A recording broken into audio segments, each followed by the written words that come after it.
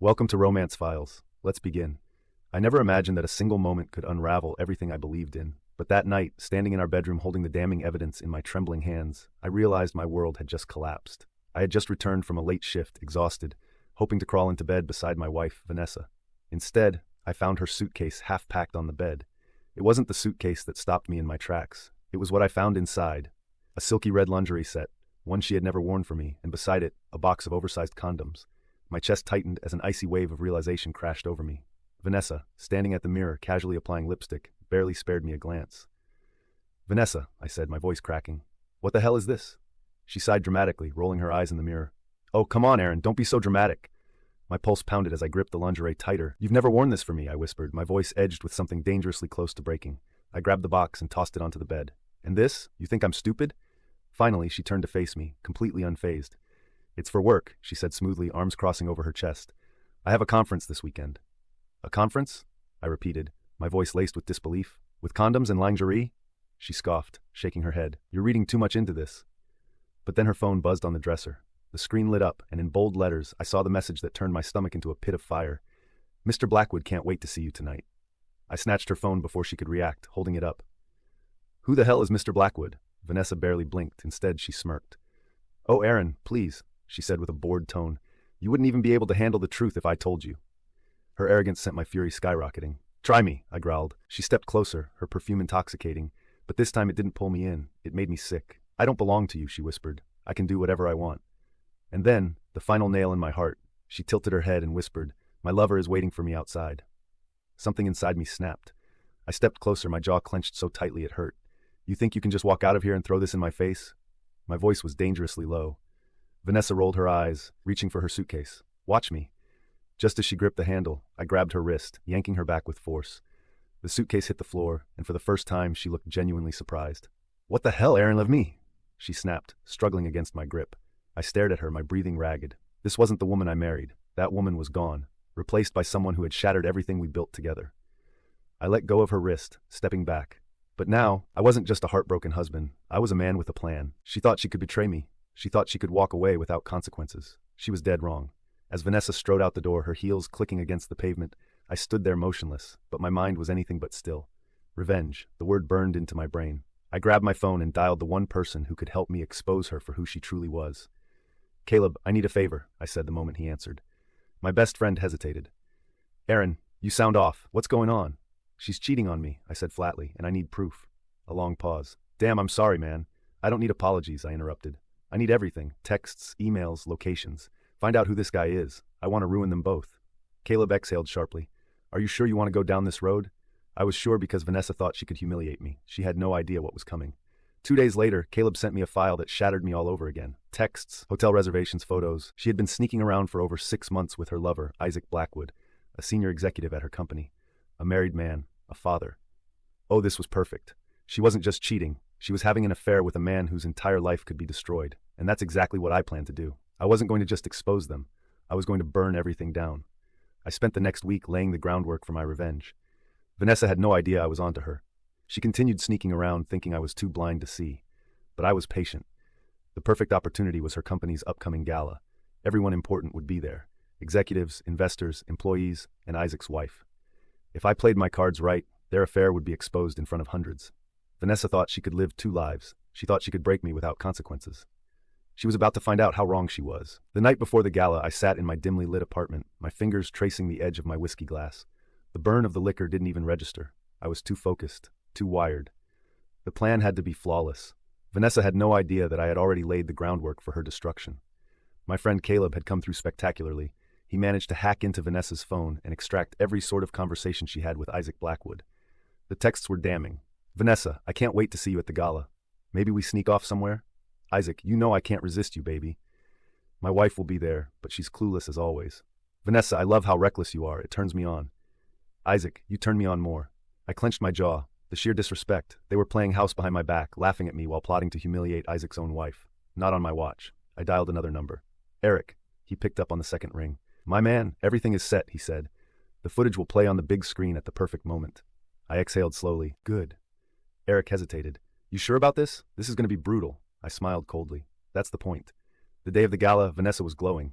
She had no idea she was walking into her own funeral. She twirled in front of the mirror in a sleek black dress, her hair styled to perfection. "How do I look?" she asked, her voice dripping with satisfaction. I forced a smile. "You look unforgettable." She grinned, completely oblivious. I knew this was the last time she would ever look at me with such arrogance. After tonight, she wouldn't be able to look at anyone the same way again.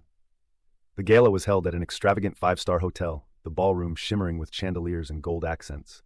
The elites of the corporate world mingled, glasses of champagne in their hands, fake smiles plastered across their faces. I walked in beside Vanessa, my hand resting lightly on her lower back. To everyone else, we looked like the perfect couple. If only they knew. I spotted Isaac across the room, standing beside a woman with delicate features and tired eyes, his wife.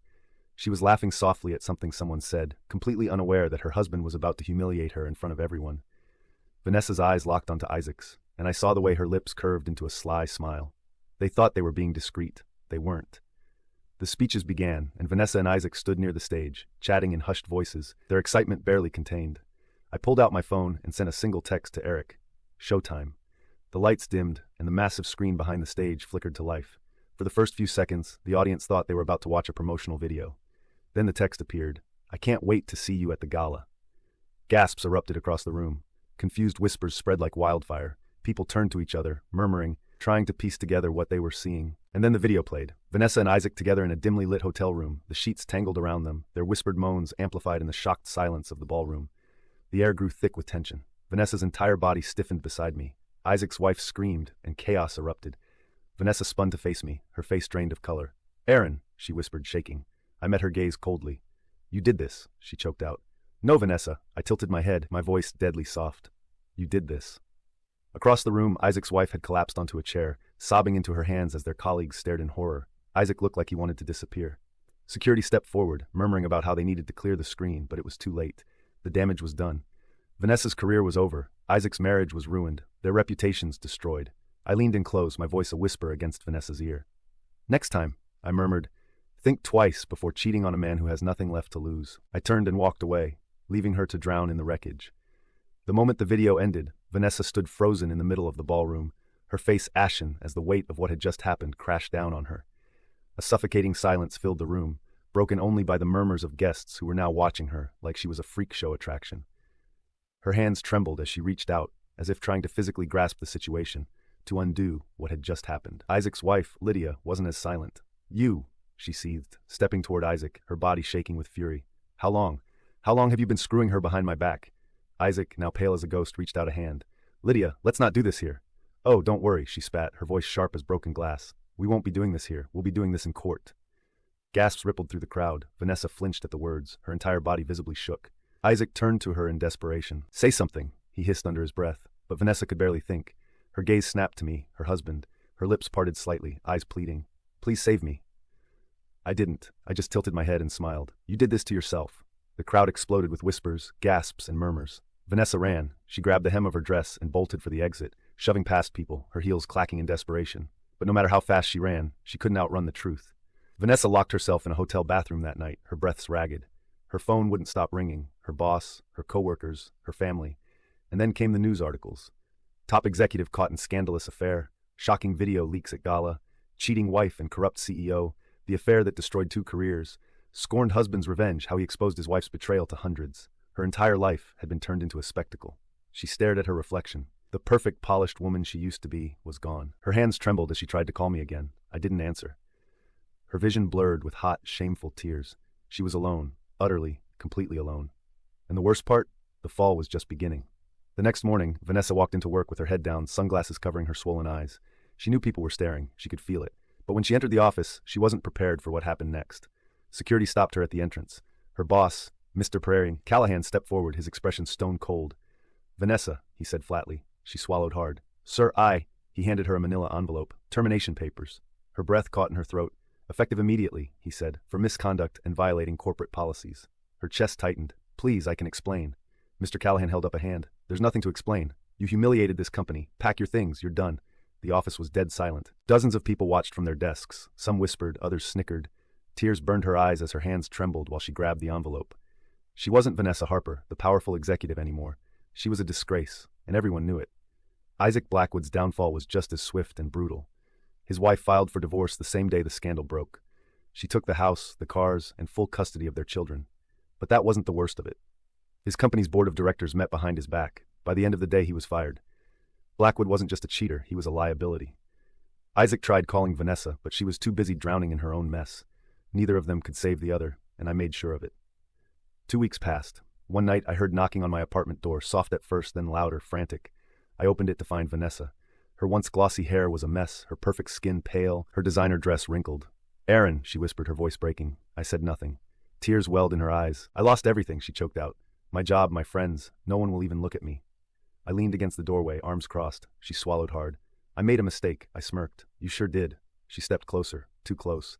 "Can we fix this?" she whispered. "I still love you."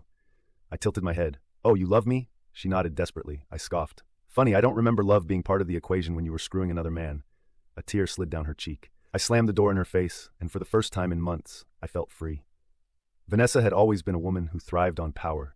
Her career was her entire identity. The high-end offices, the morning lattes, the praise from colleagues, it defined her. Now she woke up in a dingy one-bedroom apartment where the wallpaper peeled off the walls, the air smelled like damp carpet, and the neighbors argued so loudly she couldn't sleep. She had applied to 37 companies since the scandal broke. Every single one rejected her. "We're looking for someone else. The position has been filled. We're going in a different direction." It didn't matter how qualified she was. The moment they recognized her name, the interviews ended. The worst part? Even her old friends had abandoned her. She tried calling them, tried meeting up for coffee, even lied to herself, telling herself they weren't avoiding her. But deep down, she knew the moment her name became synonymous with betrayal and scandal, she became a liability, and no one wanted to be associated with a disgrace. If Vanessa thought she had it bad, Isaac Blackwood had it worse. His divorce went through at lightning speed. His wife, Lydia, had been merciless. She didn't just take the house, she took the vacation home, the cars, the savings. The most brutal part? She took full custody of their 2 children. Isaac had always been the picture-perfect father. Now he wasn't allowed within 50 feet of his own kids. And the icing on the cake? His former colleagues wanted nothing to do with him. The moment the video leaked at the gala, the company had seen an immediate stock drop. No investor wanted to touch a scandal-ridden CEO, so they cut him loose. No compensation package, no goodbye speech, no second chance. He was erased from the company's history like he had never existed. By the time 3 months passed, Isaac had sold his Rolex collection just to cover rent. The man who once wore Armani suits and drove a custom Bentley was now scrolling through Craigslist looking for any job that would take him. Just like Vanessa, he found nothing. One evening, Vanessa sat in her dimly lit apartment, staring at her phone. Her hands trembled as she hovered over my contact. She had tried everything. Finding a new job was impossible, getting support from friends was non-existent, and rebuilding her reputation was laughable. She had only one option left, me, the man she had betrayed, the man she had mocked, the man she had once told, "I can do whatever I want." With a deep, shaky breath, she pressed call. Ring. She held her breath. Voicemail. She tried again, straight to voicemail. Tears burned her eyes as she clutched the phone, her nails digging into her palm. She was out of options. For the first time in her pathetic new life, she realized she had no one left. It was raining that night when I was in my apartment, relaxed, a whiskey in my hand, a new life finally unfolding. Then came a knock at the door. I already knew who it was. I took my time, made her wait, then finally pulled the door open. There she stood, Vanessa, the woman who had once strutted through life like a goddess. Now she was a wreck, her clothes wrinkled, her hair a mess, her face puffy from crying. "Aaron," she whispered. "Please." I raised an eyebrow.